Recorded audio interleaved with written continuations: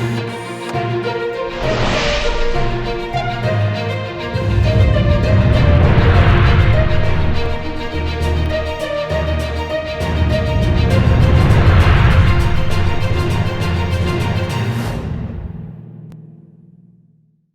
वालेकुम।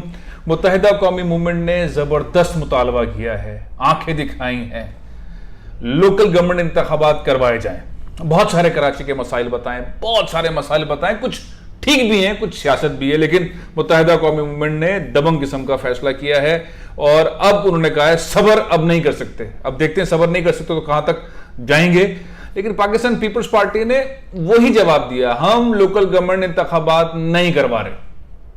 ठीक है जी, एमक्यूएम को मुतालबा, पीपल्स पार्टी का कहना हम नहीं करवा रहे। उसके बाद क्या हुआ, इलेक्शन कमीशन ऑफ पाकिस्तान ने 7 सितंबर को तलब कर लिया चीफ सेक्रेटरी सिंध साहब को और लोकल गवर्नमेंट महकमे के नुमाइंदे को, जाहिर है कोई ना कोई जाएगा, और साथ ही उन्होंने कहा अटॉर्नी जनरल साहब भी तशरीफ ले आए। अब ये कि यहां तक का मामला है। उसके बाद कंटोनमेंट बोर्ड्स के अंदर जो इंतखाबात हो रहे थे वो भी मुलतवी होने का एक इशारा मिला है कि वो भी मुलतवी हो सकते हैं। अब ये मामला है क्या, अब कराची को, सिंध के शहरों को कम गिना गया, पाकिस्तान पीपल्स पार्टी भी कह रही है, मुत्तहिदा कौमी मूवमेंट कह रही है शहरी इलाकों को कम गिना गया। मुत्तहिदा कौमी मूवमेंट कह रही है पिछले 13-14 सालों के अंदर एक बूंद पानी का इजाफा नहीं हुआ कराची के लिए। पाकिस्तान पीपल्स पार्टी कह रही है हमने बहुत ज्यादा काम किया है, आप हमारे काम को देखें तो सही। पीपल्स पार्टी और मुत्तहिदा कौमी मूवमेंट के दरमियान नोक-झोंक काफी सालों से जारी है, लेकिन अब जिस पॉइंट पे आके खड़ी हुई है, ये जो सबर के बारे में इशारा दिया है डॉक्टर खालिद मकबूल सिद्दीकी ने कि अब सबर हमारा लबरेज हो रहा है, अब सबर नहीं होगा, तो ऑप्शंस क्या हैं? क्योंकि ये वाला मामला के इंतखाबात होंगे नहीं होंगे, पीपल्स पार्टी नहीं करने देगी, एमक्यूएम करवाए जाएं, इलेक्शन कमीशन तारीख पे तारीख वाला मामला, इन द एंड होगा क्या? एडमिनिस्ट्रेटर बना दिए बैरिस्टर मुर्तजा वहाब साहब, जो कि मूवमेंट कर रहे हैं, शहर के अंदर बहुत सारे मामला को देख रहे हैं। अब ये सारी सूरत हाल में बहुत संजीदा लोग ये बात कहते हैं कि अगर वजीर आला उसका वक्त पूरा हो जाए, वजीर आजम पाकिस्तान का वक्त पूरा हो जाए, अगर इनके जो टाइम है उस टाइम पर वो खत्म हो जाए और उसके बाद ना हो, तो क्या मुल्क में एडमिनिस्ट्रेटर लगाया जा सकता है? वजीर आला के तौर पर एडमिनिस्ट्रेटर आ सकता है? अगर एक मेयर इलेक्टेड है और वो उसका टाइम पूरा हो गया तो क्या पॉलिटिकल एडमिनिस्ट्रेटर आ सकता है? ये बहुत बड़ा सवाल है। इस पर नहीं जाता कि मुर्तजा वहाब साहब पॉलिटिकल हैं या उनकी परफॉर्मेंस क्या है वगैरह।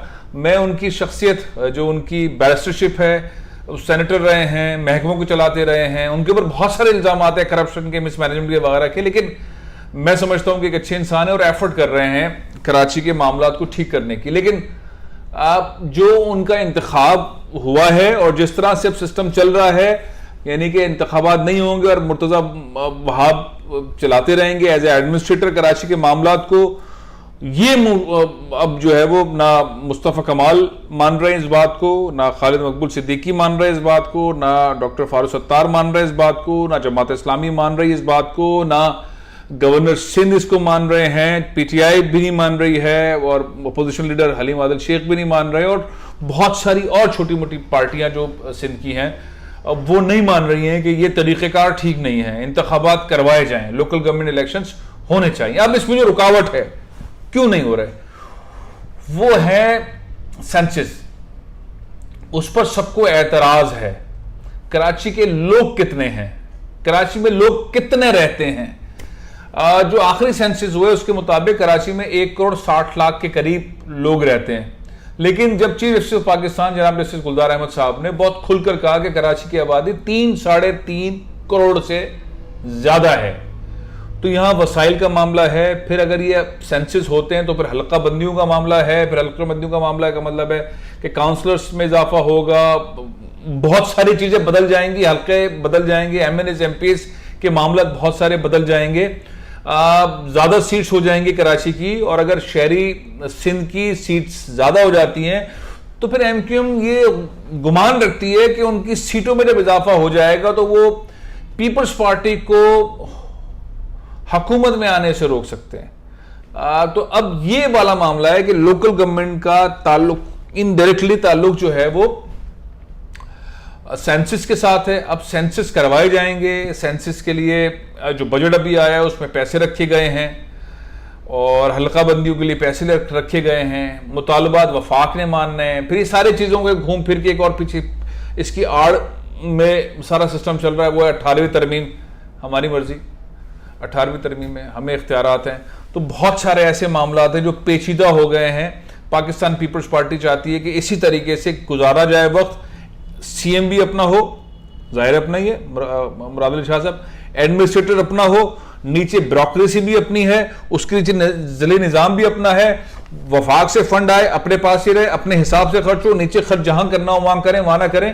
तो वो जो एक डेवल्यूशन ऑफ पावर होना था 18वीं तरमीम के बाद, वो नीचे ट्रांसफर ही नहीं हो पा रहा, जो दीगर लोगों के एतराजात हैं। और अगर अब इंतखाबात नहीं होंगे तो क्या होगा।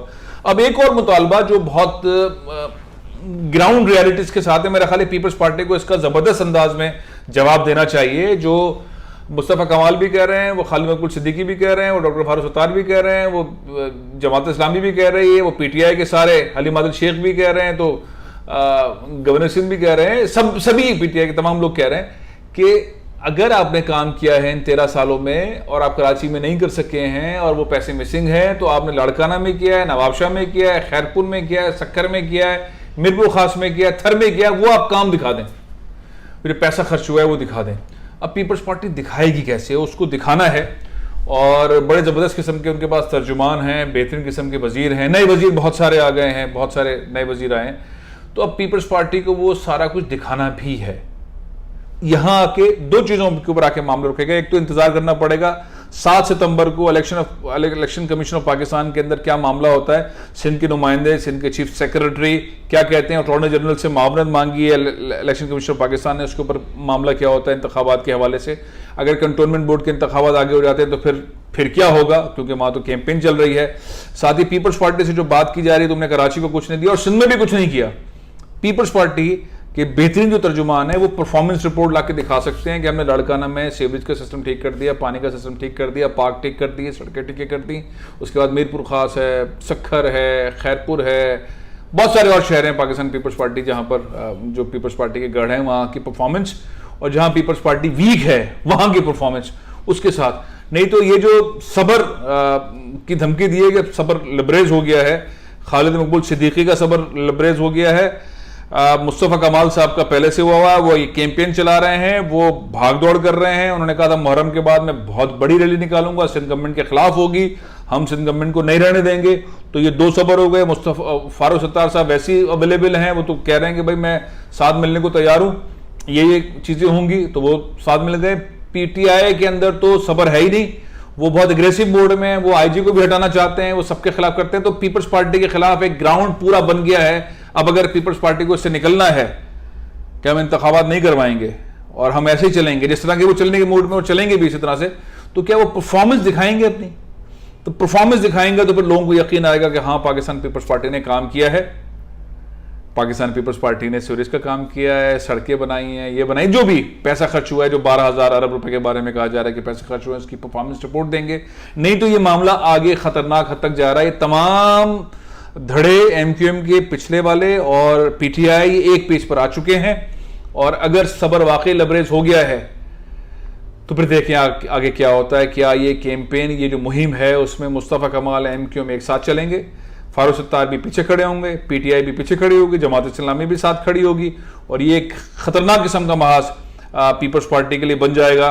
तो क्या बिलावल भुट्टो जरदारी मुराद अली शाह को तब्दील करेंगे और नासिर हुसैन शाह को लेकर आएंगे? क्या करेंगे? क्योंकि मुराद अली शाह बहुत बुरी तरह डैमेज हो गए। वैसे भी केसेस भी बहुत सारे, परफॉर्मेंस वाइज भी डैमेज हो गए। जिस तरह काबीना में बार बार तब्दीली आ रही है, तो क्या बिलावल भुट्टो जरदारी जो अब शहरों के दौरे पर हैं, कराची में भी उन्होंने मुख्तलिफ इलाकों में दौरा किया, वो रिप्लेस कर देंगे मुराद अली शाह को हटाकर नासिर हुसैन शाह को बिठा देंगे? और नासिर हुसैन शाह चूंकि बहुत मीठे इंसान है, बहुत ज़बरदस्त बातें करते हैं और बातों का आगाज़ भी दो सलाम से करते हैं, तो बहुत सारे मामला को खींचने में आगे पीपल्स पार्टी कामयाब हो सकती है। अब देखते हैं क्या होता है। प्रोग्राम में ख़त्म कर रहा हूँ, इंशाल्लाह कल फिर हाजिर होऊंगा। इजाज़त दीजिए। पाकिस्तान जिंदाबाद।